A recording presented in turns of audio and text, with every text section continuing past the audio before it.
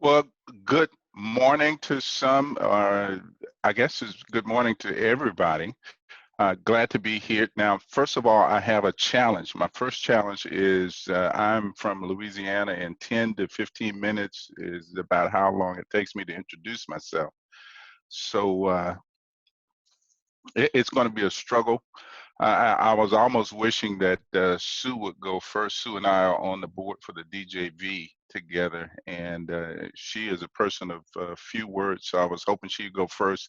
Now it takes some of her time, but nonetheless, I will go ahead and get started, and also see some really great folks on there. I know some good people that are part of this. Keith Norris is one of my cohort members from NCLI, and I see a few other faces that I won't get into. Again, I told you I'm from Louisiana. So let me go ahead and share. Can everyone see this presentation? All right, everybody's got it? So one of the things that I wanted to do is just share a few things, and I use a model that I actually brought in from the time I spent working in corporate America. I worked actually for a FedEx office prior to coming to Texas Parks and Wildlife in the same type of role. And we focus on a particular model of diversity and inclusion. And we had different levels. And we're going to talk a little bit about that. Hopefully, someone's keeping track of time so I don't go too long.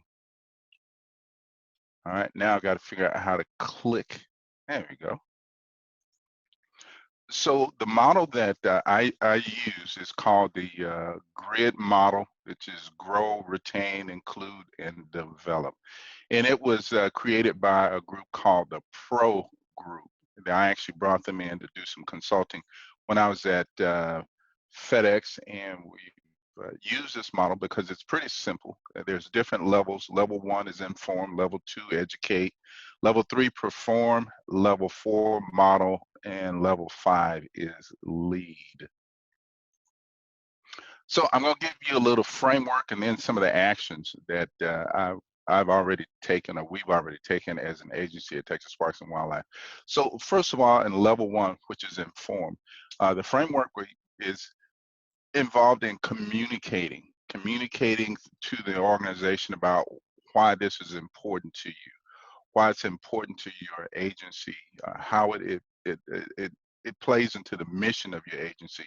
And some of the actions that we've taken is, first of all, I help the leadership develop a communication process around the why of diversity and inclusion for our organization. Now, one of the things I highlighted on there is it must be tied to your mission. If it's just this is the right thing to do, then you've got a problem, because as soon as you leave, the next person may not think it's the right thing to do. But if it's tied to the mission of your agency, then it will always be the best thing to do. And the next thing that I did, I actually had our leadership to develop a D&I statement for our organization.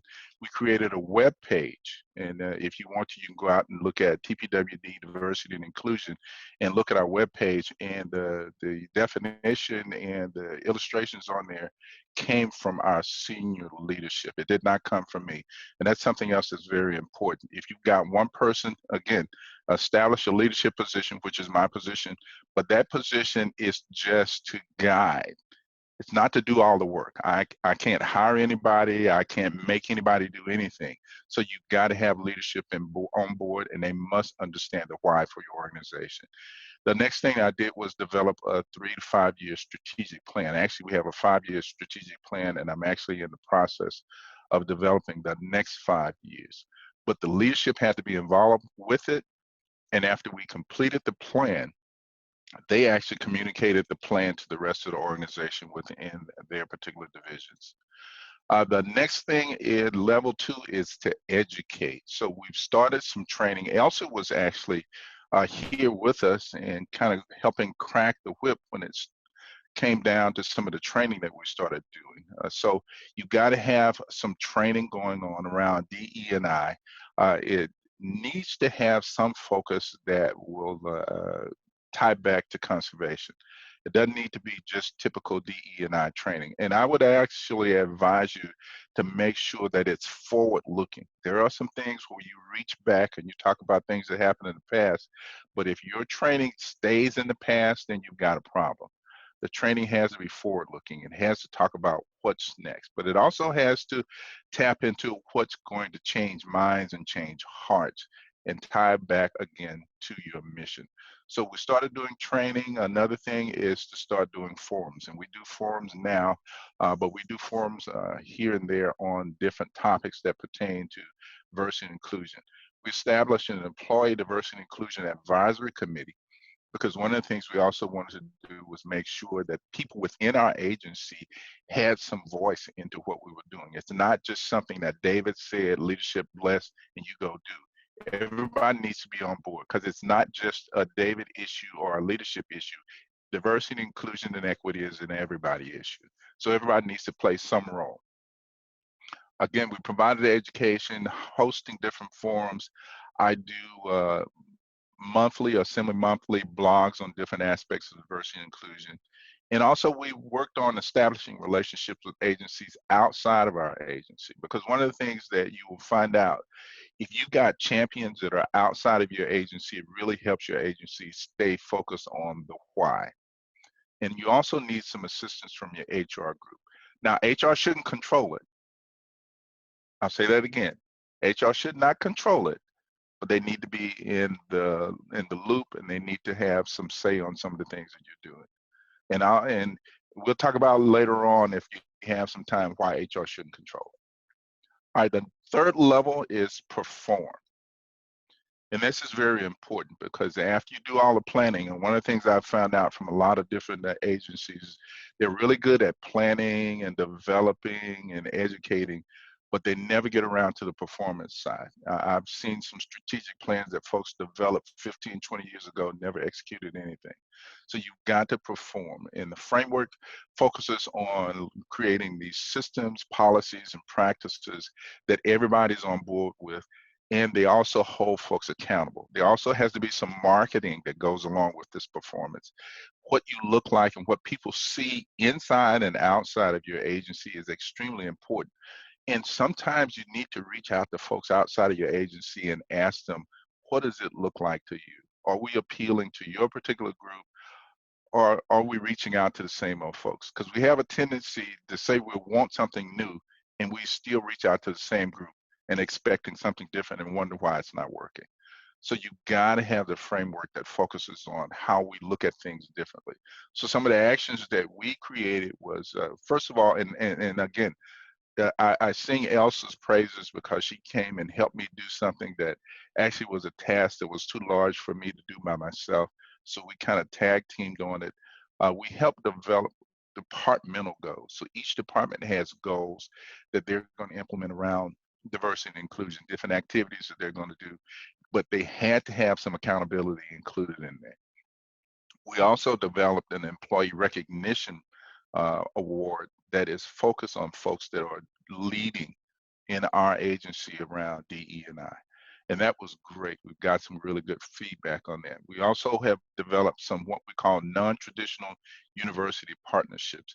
Uh, some of you all are familiar with Dr. Ford, Jerome Ford.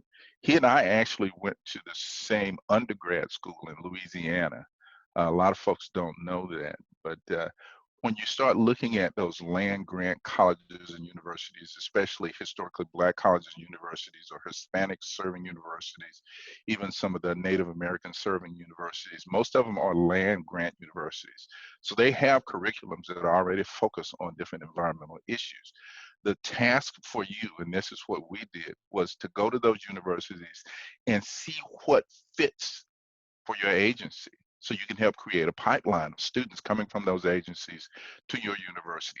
Also creating those volunteer opportunities at those universities for students that are there, so that you can eliminate the excuse of we can't find them. If you say you can't find them, then grow your own. I say that again. If you keep saying you can't find them, then grow your own. We also worked on a mentoring program internally to help grow folks within our different divisions that are non-traditional folks that we move into leadership. and we've seen some results, so we're very excited about that. We have an agency dashboard that is extremely effective. I'm going to actually do a presentation about that at I'm planning on doing it at AFWA in the fall and bringing in some of my folks that developed it. So be prepared for that. Also, we've developed something called an Urban Outreach Advisory Committee, because one of the things that we've determined is we don't know it all. We don't know how to serve every community. Even bringing me in, I can give you limited information, but if we're reaching out to those communities, we can help move the needle and make sure that we're relevant to those different communities. The next thing is level 4 is model. And there are some things that we are doing and some things that we plan on doing in the future. But when you start talking about modeling this behavior, you're talking about walking the talk. Actually, diversity is something that is reflected throughout your agency, not only within your agency, but also in your vendor population. So what we've done, we actually have some annual goals for our hub vendors, and hub is historically underutilized vendors. So we're modeling that behavior there. We're also put in place some biannual goal reviews with our senior staff, and we're going to start doing it with our commissioners. And we also and we've already started sharing some of our best practices. So those are some of the things that are going into that model phase. And then the last phase is lead. And this is when your organization is fully engaged in D&I work. Everything that you do, everything that you think about, there's a D&I process that's included in there. And it actually becomes just a no-brainer that you're going to look for that diversity. And when we talk about diversity, we're talking about everybody. Does not exclude white guys, because I know I get that a lot. Well, you know, the white guys. No, if you don't have everybody included, it's not true diversity and inclusion. So everybody has to be included in this, but it should be a no-brainer for your agency if you're doing it well. But you've also got to make sure you're keeping this focus in front of everybody. It's easy to get, well, I won't say it's easy to get there, but once you get there, it's really hard to stay there because you become comfortable. So there has to be some things in place or some people in place that are going to keep you focused on what we're doing, how we continue to grow, and understanding that it's a journey. So one of the things that we're doing, and this is some future action, but we've already have a plan. We're already in the process of developing what we call a diverse fellowship. And what we're planning on doing is bringing folks in who are recent graduates, or maybe they're recently out of the military, but they have the environmental background, to come and work for our agency for 2 years, paid fellowship. Come and work for us for 2 years. At the end of the 2 years, we're looking at creating some entry-level opportunities for them to come and do the work. That eliminates all of the conversation about, well, yeah, we found some folks, but they don't have the experience. Well, we just gave you the experience. So we're creating that. We're just looking for some funders right now, because, you know, it takes money to buy land and it takes money to do this work as well. So we're looking for some funders, but we've already created the proposal for it. Also, our other focus is making sure that we mirror the population. So every year we're going to be checking to make sure that what we look like inside of TPWD looks like the population of Texas. And I'm also working on a best practice handbook as I go through and do different things, kind of scripting it out. I won't have it ready anytime soon, doing a little bit at a time, but something that we can share with our other organizations. And there are a myriad of other things that I'm not going to go into right now, but there is a lot of things that you can do that will work. But the big thing is to get started. That's the big thing. And one of the things that I've learned from a lot of organizations is they have the want to, but they don't know how to get started. Well, one of the things a good friend of mine told me years ago is, if you want to start planting a garden, what's the first thing you got to do? So think about that. If you're developing a garden, what's the first thing you've got to do? What's the first thing you've got to put in that garden? What's the very first thing you've got to put in a garden? Anybody? Throw it out there. Dirt. What'd you say, Mark? Dirt. Dirt? Okay, that's a good answer. Not the right answer, but that's a good answer. Anybody else? Seeds. Seeds. Oh, those are good. Yeah, yeah. Still not the right answer. Fertilizer. Fertilizer. That's a good too. Boy, you gotta have that fertilizer. It really makes those plants grow. Still not the right answer, but yeah, that's a good one. What else? One more person. Love and passion. Love and passion. You gotta have that to get started. But once you decide to plant that garden, the first thing you got to put in there is your foot. You got to step out there. You got to start moving things around. You got to make sure that things are happening. You got to put your feet into it. So all of these plans are great. The passion is great. But if you're not stepping out there and making some things happen, it's not going to work for you. So are there any questions? I'm done. Hopefully I didn't take up too much time. Any questions? Or you want to hold it until after Sue's done? Tell me what you want to do, Judith. No, it looks like we have a couple questions coming in the chat. Do you have recommendations for ways to support a diversity position in your organization? What might be some action to take to help shape a helpful and productive understanding of the person's position? Well, the first thing you got to do is make sure that your senior management recognizes that you need some help. If you're senior, if you can share your demographic information, your outreach information, and recognize that you haven't moved the needle over a period of time, even though you've been having a conversation, then you know you need some help, and you need to share that information with your senior management. This is the only way we're going to do this is we've got to have somebody guiding the process. Now, I'll tell you the thing that happens first for most organizations. They reach to HR and says, well, HR can make this happen. HR has a totally different set of focus and policies and processes. And they are very helpful, but a lot of times they're in the business of maintaining and keeping order and making sure folks follow the rules. You need somebody that can come in, or that maybe inside the organization that has a passion and some insight that can come in and say, okay, let's sit down and think this thing through. What is the best way to do this? What are the best practices? Let me help you give some guidance to the rest of the agency. But now, still understanding, you can't do all the work.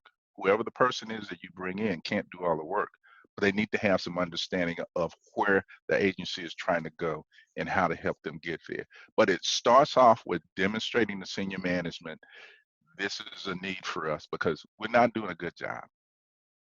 And until they see that, you can talk about having that position all you want to, but you've got to demonstrate to them that, hey, this is something that we're lacking.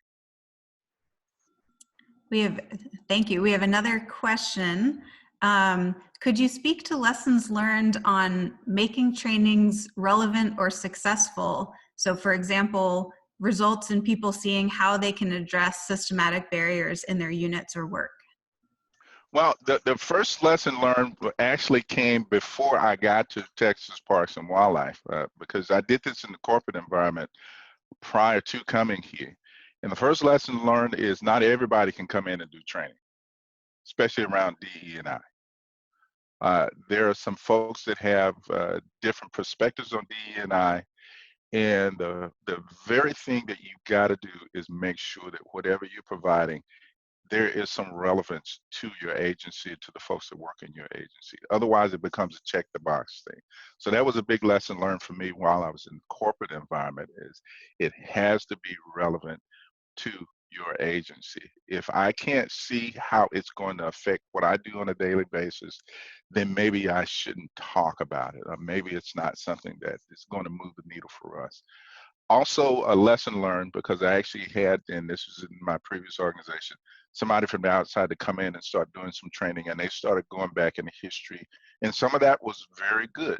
You need some of that historical information, but they left us in history, and they started talking about, you know, all the things that happened and all of this and all. And that's important, but too much of the training stops there. So one of the things I would recommend, and this is what I did, I actually brought in folks to give feedback. I actually had our Employee Diversity and Inclusion Advisory Committee to give feedback on what training should look like. And once they gave me some feedback on it, then I went outside. I still went outside and I brought somebody in, but I shared with them, this is what we're looking for when it comes to training and delivery. And we also, something else was a lesson learned is one size does not fit all when it comes to training. I will repeat that. One size does not fit all. The way folks that are in senior management look at the agency and things that we need to do is not necessarily the same way that folks that are frontline folks see it. Because frontline folks are faced with some different obstacles, different challenges than folks that are in senior management are. A lot of times in senior management, folks are looking at it and say, well, I don't see why we can't do this. Well, frontline folks were saying, yeah, I understand what you're saying, but here's some things that are prohibiting us. And some of it ties back to some of the things that you're doing. So you got to make sure that you got that balance, you got that understanding. There's feedback that goes into the training that is going to pertain to the folks where they are, meeting folks where they are, and helping them to eventually get to the same place. Now, there are some things that are germane across the board for your agency, especially when it comes to relevancy, engaging those different audiences, to education and how you go about education, culture, all of those things are going to be pretty similar, but how you address them is going to be different depending on where you are in the agency. Hopefully I answered that question.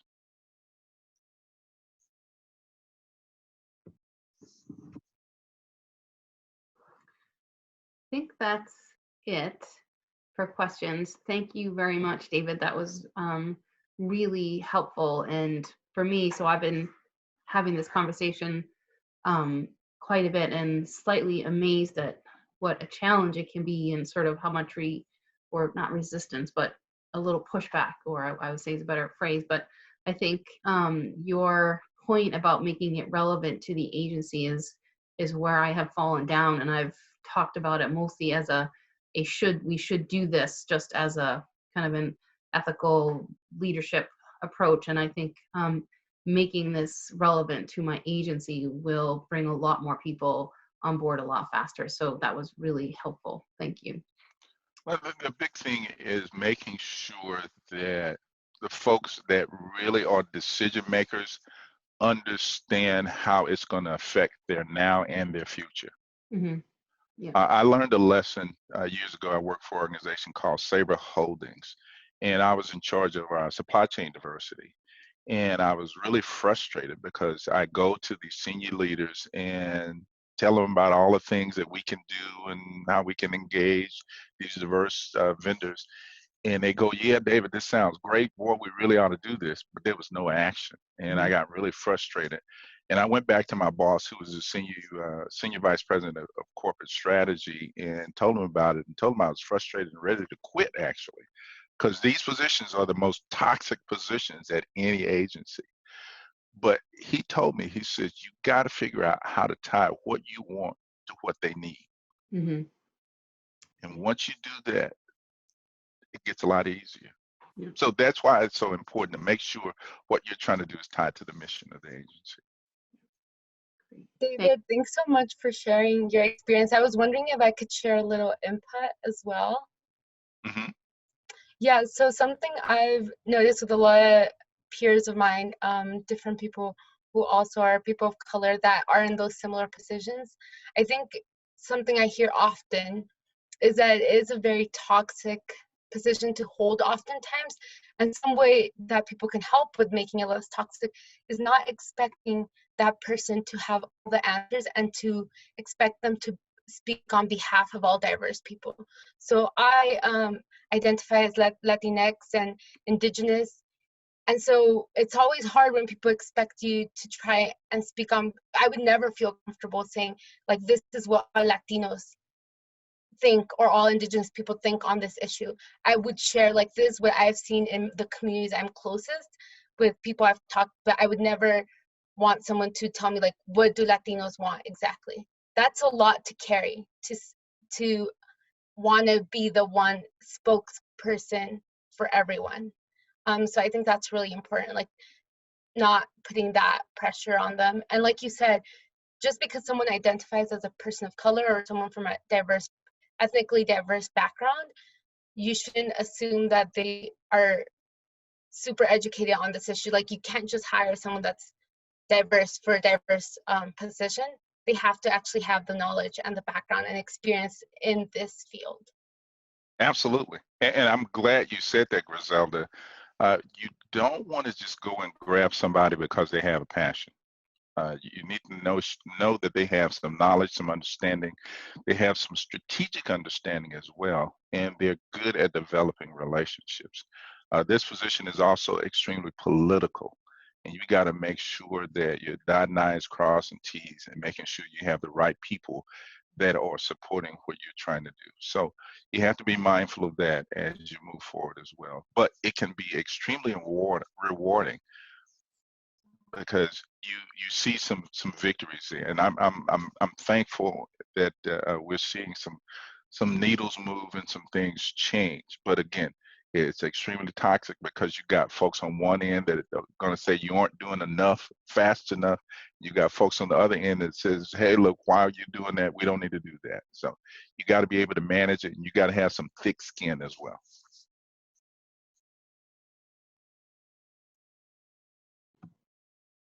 Great. Thank you, everyone. That was a really good conversation.